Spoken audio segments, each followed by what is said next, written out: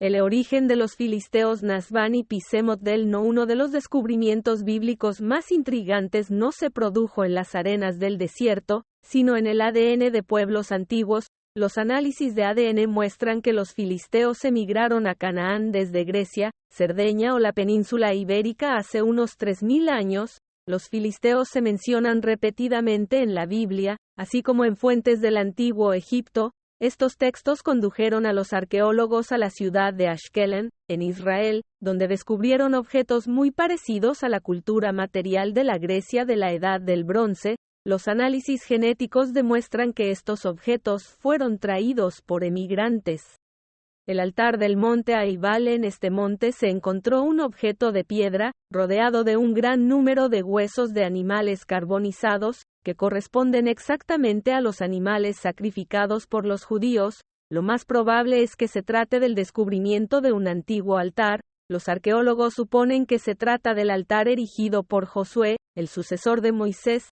Anteriormente se creía que este altar estaba situado en el monte del templo, en el emplazamiento de los templos posteriores. La aldea de Emaús, donde Jesús se apareció por primera vez después de la resurrección. El Evangelio de Lucas narra el regreso de Cristo después de la crucifixión. Después de que Jesús fuera crucificado, 2 de sus discípulos fueron a la aldea de Emaús. En el camino se encontraron con un desconocido que les preguntó por lo sucedido en Jerusalén. Según la tradición, era Jesús, pero los discípulos no lo reconocieron. Durante mucho tiempo nadie supo dónde podía estar situado este asentamiento, y ahora un grupo de arqueólogos israelíes ha descubierto, durante unas excavaciones en la ciudad de Kiriath Jearim, las ruinas de un antiguo asentamiento. Las fortificaciones encontradas, así como la distancia a Jerusalén, indican que este asentamiento podría ser la aldea de Emaús, donde tuvieron lugar los hechos evangélicos.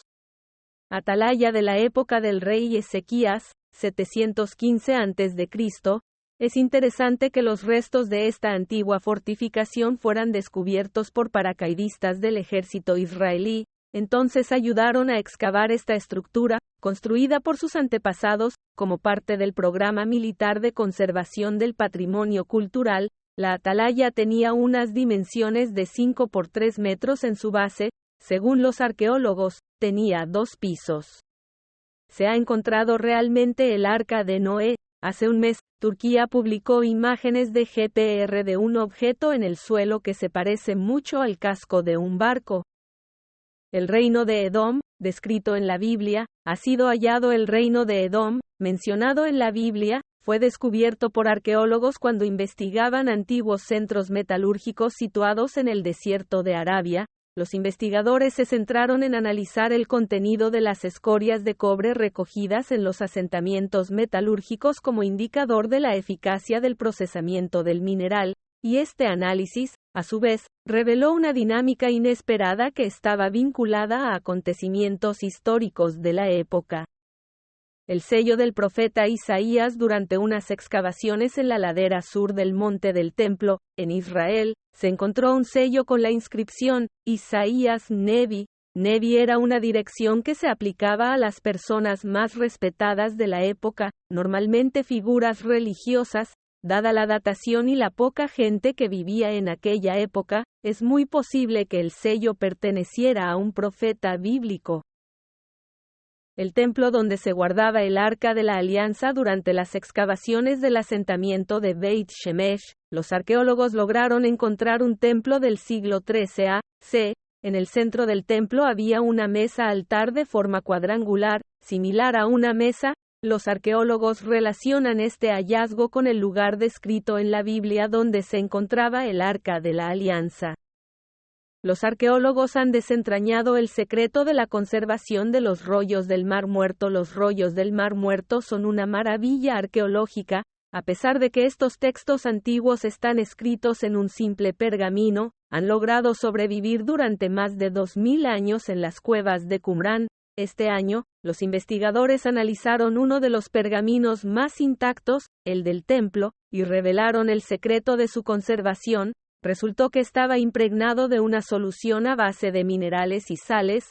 La composición de estos minerales es completamente diferente a la de los minerales que se encuentran en el propio Mar Muerto y en las paredes de la cueva.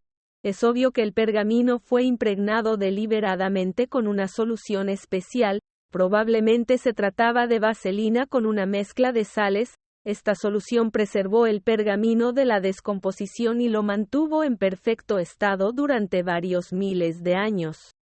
El palacio del rey David en Kirbet Qiyaf y el fin del minimalismo bíblico en la antigua ciudad de Kirbet Qiyafa. Se ha hallado una estructura palaciega que data del siglo X a.C., decorada con elementos arquitectónicos y vasijas de cerámica. El edificio data de la época en que el rey David gobernaba Judea y, según los arqueólogos, el palacio era su residencia. Esto destruye fundamentalmente las ideas de los científicos, según las cuales en la antigüedad no existía un reino de Judea muy desarrollado, tal como lo conocemos por la Biblia. Se creía que este territorio estaba habitado por tribus nómadas como los beduinos, que nada tenían que ver con la tradición bíblica. Ahora podemos afirmar sin temor a equivocarnos que el reino de Judá en el siglo X era un estado bien organizado y urbanizado, con una jerarquía social y centros administrativos.